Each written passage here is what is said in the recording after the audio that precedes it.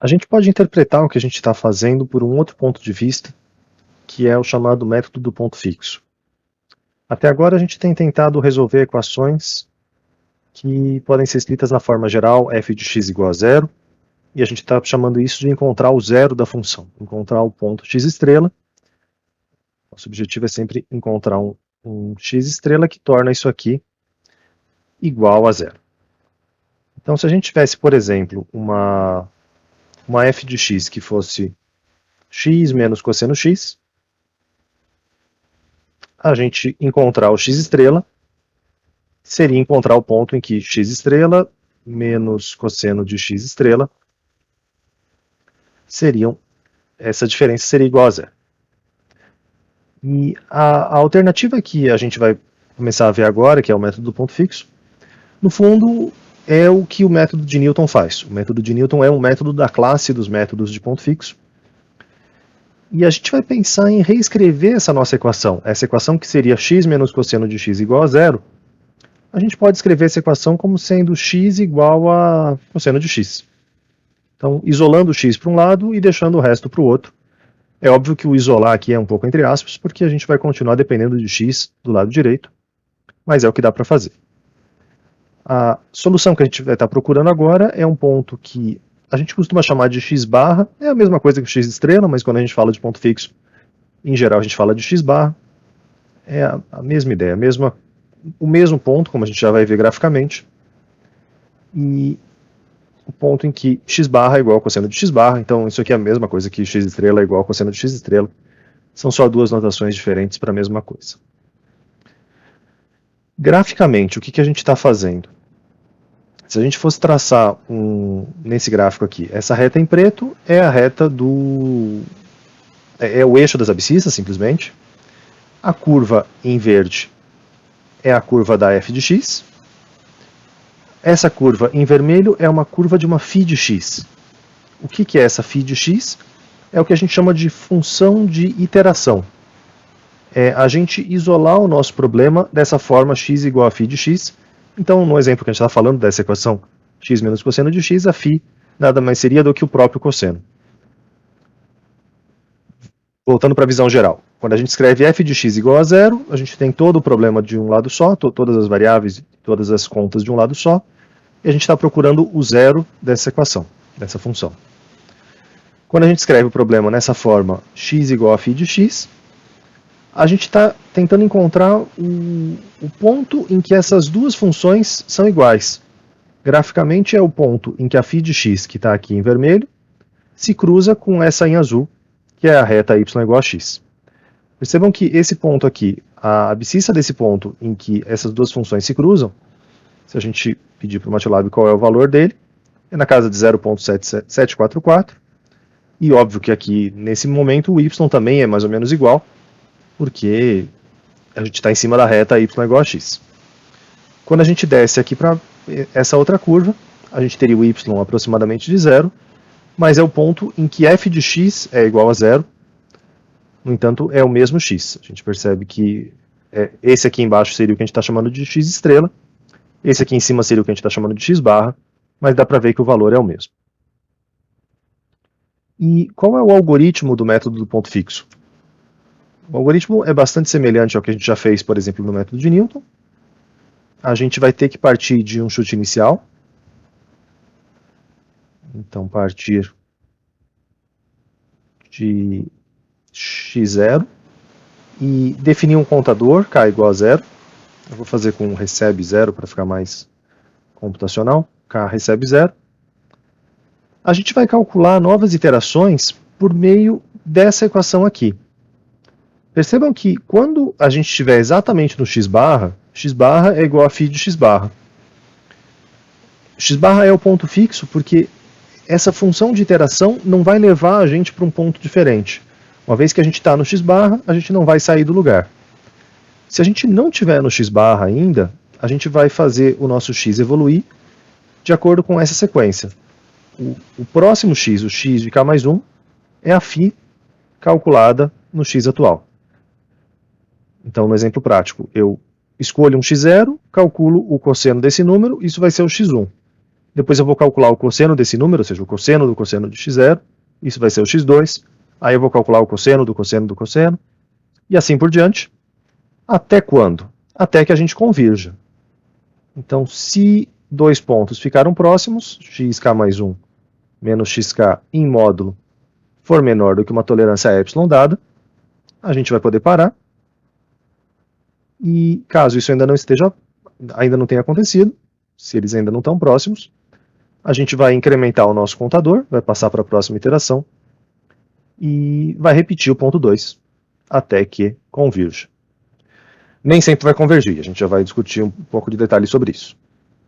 Mas esse é o algoritmo, a cara mais básica do algoritmo.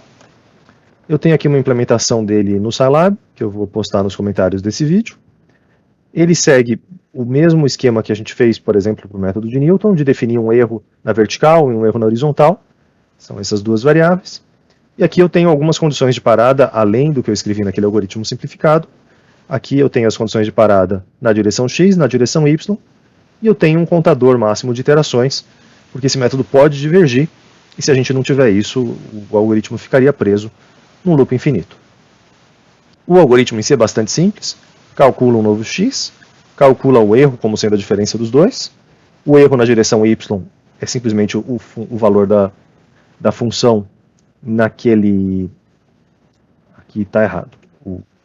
O erro é essa diferença, porque antes era simplesmente f de x, mas agora é a diferença entre a função no próximo ponto e no ponto atual. E, afinal de contas, a gente mudou a equação, né? A gente não está mais resolvendo f de x igual a zero, a gente está resolvendo x menos φ de x. Então, a definição do erro vem de passar um desses aqui para o outro lado. A atualização do x e a atualização do número de iterações. Se a gente não exceder o número máximo de iterações, o método convergiu. Esse é o algoritmo do ponto fixo implementado em Scilab. Para a gente enxergar esse algoritmo de uma forma melhor, eu tenho uma outra representação feita no MATLAB, que é a mesma coisa, mas graficamente ela é um pouquinho melhor. É o mesmo algoritmo, mas com um pouco mais de detalhe. E a gente vai estar resolvendo essa mesma f de x igual a x menos cosseno x. Então a nossa função de iteração, a nossa função φ, é cosseno x. A gente vai chutar um valor de x0, e com esse valor de x0 a gente vai calcular o φ correspondente. Então a gente teria um valor por aqui. Esse valor correspondente vai dar para a gente o nosso novo x1. E dar o novo valor de x1 é a gente comparar qual é o... Se a gente levar até a reta y igual a x, nessa reta aqui o valor de x é igual ao valor de y, evidentemente. Então esse x1 que está aqui é o valor que estava aqui na vertical. É um jeito da gente obter o próximo valor de x1. Com esse x1, aqui eu só estou representando graficamente. Inclusive escrever a equação dessa forma é mais simples do que a representação gráfica, mas a representação gráfica tem a sua vantagem que já vai ficar clara. Porque quando a gente fizer a próxima iteração é a mesma coisa. Eu parto do meu x1 e eu vou até a curva φ de x. E a partir da curva φ de x eu vou até a reta y igual a x para ter o meu próximo. E aqui eu vou fazendo as iterações até que o meu sistema convirja. Aqui dá para a gente lembrar do nosso algoritmo do Gauss-Seidel. A gente vê um comportamento bastante parecido desse ponto de encontro de agora duas curvas, antes eram duas retas, mas é uma situação bastante parecida quando as coisas convergem, esse comportamento que vai espiralando para dentro. A gente, na aula teórica, a gente provou algumas condições de convergência, e a gente viu que a nossa condição de convergência tinha a ver com a derivada da função φ, tinha a ver com o fato de que se o módulo da derivada da φ fosse menor do que 1 numa vizinhança de x barra, lógico, se for menor do que 1 para todo x, excelente, mas raramente isso vai ser verdade, então a gente se contenta em garantir essa condição numa vizinhança de x barra, e a gente vai escolher o nosso x0, o nosso chute inicial, nessa mesma vizinhança. Então, se isso acontece, a gente tem uma contração. É como se a gente tivesse uma PG que vai multiplicando por alguma coisa menor do que 1, É o mesmo sentido físico das coisas de quando a gente teve o Gauss-Seidel também, a gente tinha uns vetores que iam se contraindo, porque os autovalores eram menores do que 1. São teoremas parecidos, não na demonstração, mas na intuição sobre eles. Se isso aqui acontece, a gente tem a convergência garantida, e também semelhante ao que aconteceu no caso do Gauss-Seidel. No caso contrário, se a gente não tem essa condição estabelecida, a gente não pode garantir nada. A gente pode ter situações particulares em que vai convergir, a gente pode ter situações em que não vai convergir. Então é uma condição suficiente. Se isso aqui aconteceu, está garantido, mas é o máximo que a gente pode dizer. No entanto, para mostrar a importância desse tipo de condição, se a gente analisa essa situação em que a gente tem uma função de iteração do tipo cosseno de x, é óbvio que a nossa derivada, então voltando aqui para o nosso exemplo 1, se a φ de x é igual ao cosseno de x, isso aqui vai dizer para a gente que a derivada dela é igual a menos seno de x, e isso aqui em módulo só vai ser igual a 1, ou em π sobre 2, ou em 3π sobre 2, em alguns pontos particulares do nosso círculo trigonométrico. Aqui a nossa raiz não está no π sobre 2, o π sobre 2 seria aqui 1,7. Nossa raiz está no meio do primeiro quadrante, então ela está numa região em que o seno é estritamente menor do que 1, a gente está numa região em que essa convergência é garantida, e é por isso que o método está funcionando. Mas se a gente reescrevesse o nosso método para o mesmo problema, para essa mesma equação, x igual a cosseno de x, mas isolando as coisas de um jeito um pouquinho diferente, ou seja, se eu aplicasse a função arco-cosseno aqui dos dois lados, eu teria um arco-cosseno de x de um lado, e do lado direito eu teria o arco-cosseno do cosseno, a função que vai e a função que vem. Então, arco-cosseno do cosseno é simplesmente o próprio x. Eu teria dessa forma uma nova função de iteração. Essa aqui seria uma φ2, uma função de iteração diferente. Essa aqui teria sido a minha φ1. E com essa φ2 de x eu posso calcular a derivada dela. Calcular ou consultar alguma tabela, se vocês não se lembrarem como eu também não me lembro. A gente vai ver que a derivada do arco-cosseno é menos 1 sobre raiz de 1 menos x ao quadrado. Aqui é só manipulação com funções trigonométricas para chegar nesse resultado, mas a gente não precisa fazer isso com todos os detalhes. A gente pode partir direto para o resultado final e perceber que a nossa raiz, nesse caso, nosso x barra, ele é na casa de 0,7 mais ou menos. Então esse denominador vai ser menor do que 1, então o módulo da nossa φ2, módulo da derivada da φ2, no ponto x barra em particular e na vizinhança dele, vai ser maior do que 1. Portanto, a gente não está mais na condição de convergência assegurada, e se a gente fosse fazer uma simulação dessa outra situação, eu vou só trocar aqui o meu if para entrar nesse outro problema, em que é a mesma f, mas com essa nova função φ, essa função φ baseada no arco-cosseno, e eu vou dar um chute inicial ainda mais próximo do problema, da solução do problema. Eu vou chutar 0,75, a minha solução é 0,74. Já vou chutar bem próximo, mas o que vai acontecer?